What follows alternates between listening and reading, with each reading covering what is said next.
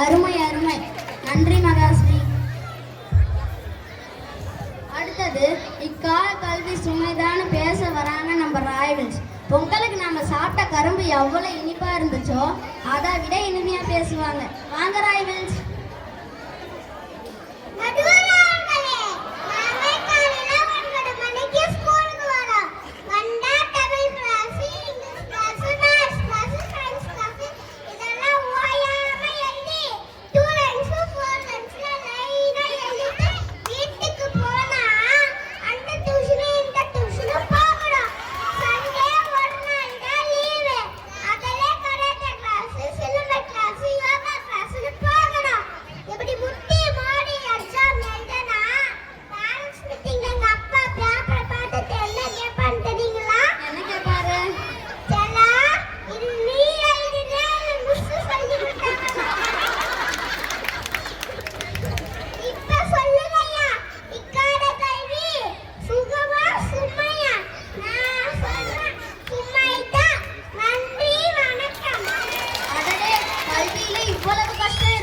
தம்பி ரொம்ப கஷ்டப்பட்டு தான் படிக்கிறாரு போல.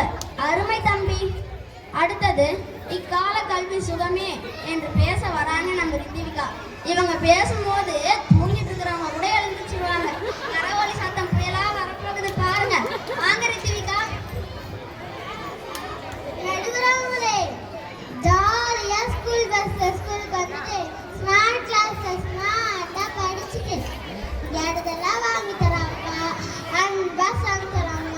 படிக்கிறது தவிர வேற எந்த வேலை இல்லாம இந்த 3 பேரும் கல்வி சுமைன்னு பேசிருக்காங்க. இதுவே 30 வருஷத்துக்கு முன்னாடி 10 கிலோமீட்டர் நடந்து போய் கிளாஸ் கூட இல்லாம மரத்தடியில போய் படிச்சுட்டு வீட்டுக்கு வந்து ஸ்க்ரீன் உட்காந்து படி சொன்னா இவங்க என்ன சொல்லுவாங்க? நடுவரவங்களே, என் தம்பிக்கு 3 வயசு தான் ஆகுது. முதல் நாள் ஸ்கூலுக்கு வரும்போது ஒரே அழுக, வீட்டே 2ஆக்கி ஒரே அழுக. அடுத்த நாள் ஜாலியா வரான். ஏன்டான்னு கேட்டா, போக்கா வீட்டில் அம்மா டிவியே பார்க்க மாட்டேங்கிறாங்க. ஆனால் ஸ்கூலில் ஸ்மார்ட் டிவியில் ரைம்ஸு ஸ்டோரி இதெல்லாம் கற்றுக்கணும். இப்படி இருக்கும்போது கல்வி சும்மா தான் இருக்கும். எனவே இக்கால கல்வி சுகமே சுகமே கூறி விடைபெறுகிறேன். நன்றி, வணக்கம். தூங்கிட்டு இருந்தவங்கெல்லாம் எழுப்பி விட்ட ரித்திவிகாவுக்கு நன்றி. அடுத்தது இக்கால கல்வி சுமைதான் சர வெடியா வெடிக்க வராரு நம்ம பிரகதீஷ். வாங்க பிரகதீஷ். நடுவர்களே, அப்பா சொல்வாரு, நல்ல கையெடுத்து காது தொட்டாதான் ஸ்கூலுக்கே சேர்த்துப்பாங்கன்னு. அப்படிப்பட்ட எங்க அப்பா என்ன பண்ணாருன்னு தெரியுங்களா? என்ன பண்ணாரு? முதலடி எடுத்து வச்சுருந்தோம் வீட்டில் தான். ஆனால் இருந்தது அடி எடுத்து வச்சுமா ஸ்கூல்லங்க ஐயா. கால் பிடிச்சிட்டு உள்ளாடி ஒரு வயசில் பென்சில் பிடிச்சி அதை சொன்னால் எப்படிங்க ஐயா முடியும்? எல்கேஜி படிக்கும்போது என் முதல்ல கேஜி வயிற்று இருந்துச்சுங்க ஐயா. பென்சிலும் இருக்கிறது அது என்ன பென்சில் பிடிச்சி அந்த சொன்ன இந்த கல்வி சுகமாக இருக்கும். யூகேஜி பிடிக்காம எல்கேஜி பிடிக்க எக்ஸாம் யூகேஜி பிடிக்கிறேன். அப்பா அம்மாவுக்கு டென்ஷன் சுமை சுமை. எனவே இக்கால கல்வி சுமையை சுமை என்று கூடி விடைபெறுகிறேன். நன்றி, வணக்கம்.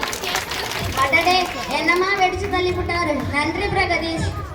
அடுத்தது சுட சுட பச்சி நம்மளை எப்படி இழுக்குதோ அது போல நம்மளை பேசியே இழுக்க வராங்க நம்ம ஜெர்பின். வாங்க ஜெர்பின். கல்வி பலாப்பழம் மாதிரி பார்க்கறதுக்கு கரடு மரடா தான் இருக்கும். புரிஞ்சு படிச்சா பல சொல்லி மாதிரி தேனா இருக்கும்.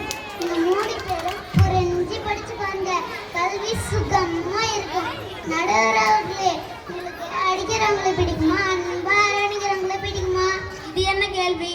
அரவணைக்கிறவங்களை தான் பிடிக்கும். அப்போ எல்லா டீச்சர்ஸும் எப்படி அடிப்பாங்க? ஆனா இப்ப இருக்கிற டீச்சர்ஸ் எல்லாம் எவ்வளவு அன்பா ஃப்ரெண்ட்லி அன்பா சொல்லி கொடுக்குறாங்க. இப்படி இருக்கும் போது எப்படிங்க ஐயா கல்வி சுமையா இருக்கும்? சுகமா தானே இருக்கும் ஐயா. அந்த காலத்துல ஸ்லேட்டு சாக்கு, இன்றைக்கு ஸ்மார்ட் போர்ட் டேப்லெட், ஒரே கிளிக்ல லெசன், ஒரே ஸ்வைப்ல டவுட் கிளியர். இதெல்லாம் சுகம் இல்லையா?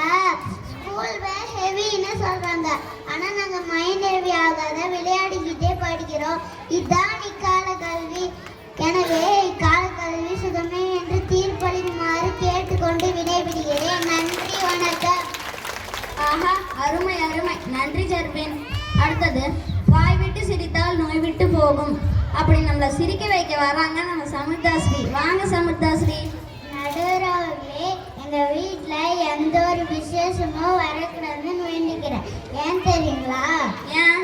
ஏன்னா விசேஷம்னு வந்துட்டாலே போதும் எல்லாரும் ஒன்று கூட்டிகிட்டு என் பொண்ணு எவ்வளோ மார்க்கு, உன் பையன் எவ்வளோ மார்க்குன்னு அந்த விசேஷத்துல எங்க வாழ்க்கையை முடிச்சிடுறாங்க.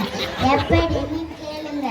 எங்க அப்பா சொல்வாரு என் பொண்ணு டாக்டர்னு, எங்க அம்மா சொல்வாங்க என் பொண்ணு இன்ஜினியர்னு, எங்க தாத்தா சொல்வாரு என் பேத்தி கலெக்டர்னு. உடனே எங்க பாட்டி சொல்வாங்க இல்ல இல்ல என் பேத்தி ஆகாயத்துல பறக்கிற விமானத்தை ஓட்ட போறான்னு. இப்படி நான் 2வது படிக்கும் போதே முடிவு பண்ணிட்டாங்க, நான் ஒரு ஆள் இவங்க சொல்றது எல்லாத்தையும் படிக்கணும். காலம் ஒரு ஓட்டத்துல பெற்றோர்களும் ஓடுறாங்க, பெற்றோர்களோட ஓட்டத்துல எங்களையும் ஓட வைக்கிறாங்க. இப்படி ஓடி ஓடி ஓடா தேரும் நடுவர்களே. எனவே இக்கால கல்வி சுமையே சுமையே என்று தீர்ப்பளிக்கு மட்டும் கேட்டுக்கொள்கிறேன். நன்றி, வணக்கம். நம்மளை வயிறு குழுங்க குழுங்க சிரிக்க வச்ச சமுர்தாஸ்ரீக்கு நன்றி. இன்றைய மன்றத்தில் இரு தரப்பினரும் தங்களுடைய கருத்துக்களை தெளிவாக ஆதாரங்களுடன் முன்வைத்தனர். சுகம் என்ற தரப்பு இக்கால கல்வி, தொழில்நுட்ப வளர்ச்சி, வேலைவாய்ப்பு திறன், நவீன கற்றல் முறைகள் ஆகியவற்றால் மாணவர்களுக்கு பல வாய்ப்புகள் அளிக்கிறது என்பதை விளக்கியது. சுமை என்ற தரப்பு அதிக பாடச்சுமை, தேர்வு பயம், மதிப்பெண் அழுத்தம் ஆகியவற்றால் மாணவர்களின் மனநல பாதிப்பு போன்றவற்றை தெளிவான எடுத்துக்காட்டுகளுடன் எடுத்துரைத்தது. இரு தரப்பின் கருத்துக்களை கவனிக்கும் போது இக்கால கல்வி தன்னிச்சையாக சுகமோ சுமையோ அல்ல, நாம் அதை எவ்வாறு பயன்படுத்துகிறோம், மாணவர்களின் மனநிலைக்கேற்ப அதை அமைக்கிறோமா என்பதில்தான் முடிவு உள்ளது. எனவே மாணவர்களின் வளர்ச்சியை நோக்கி கல்வி வழங்கப்பட்டால் இக்கால கல்வி சுமையிலிருந்து சுகமாக மாறும் என்பதே மன்றத்தின் முடிவு. நன்றி, வணக்கம்.